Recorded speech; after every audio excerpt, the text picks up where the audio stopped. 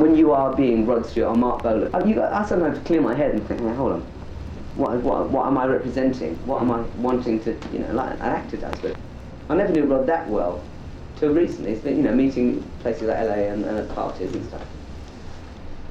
And I always like to talk to people because they always think I'm a pervy little twerp. Rod's thing is interpreting a song, which is not a thing that I do particularly well, because I really work on my own song.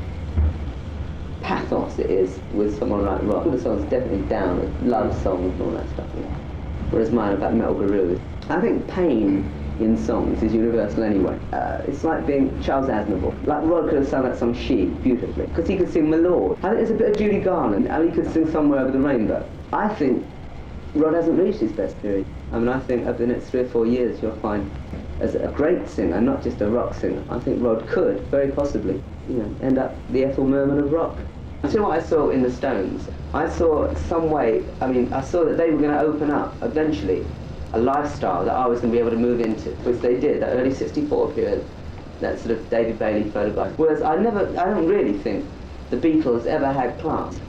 The Stones, I quite liked the clothes they wore, whereas the Beatles always looked like 2 years behind. Beatles jackets were in fact Pierre Cardin, from what I wore as a mod. I didn't ever want a coffee jacket. To me, Mickey's more of a ballet dancer than a singer. I think he's become to rock what Nureyev is to ballet.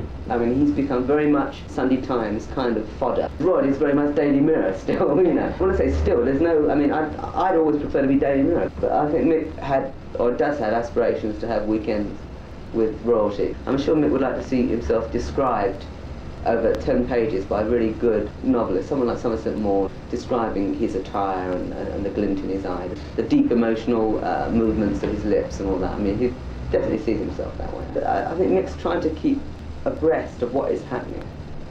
When we first played the Palladium in Los Angeles, I hadn't really spoke to Mick properly. I hadn't really met him properly, actually, to that point. He came backstage at the gig I did there.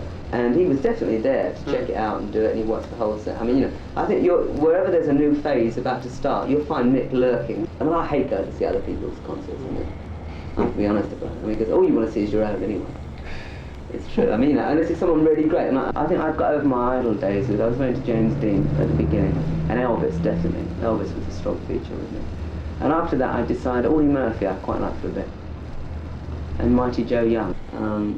95% star quality is survival, or ego, but also laced with a bit of humble pie. I think once you get near to sort of 30, 29, you begin to think that you might be around in 5 years' time. Hopefully.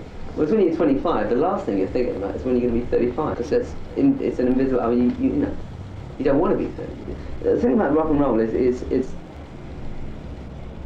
that you've got to know that you're not really all you're cracked up to be.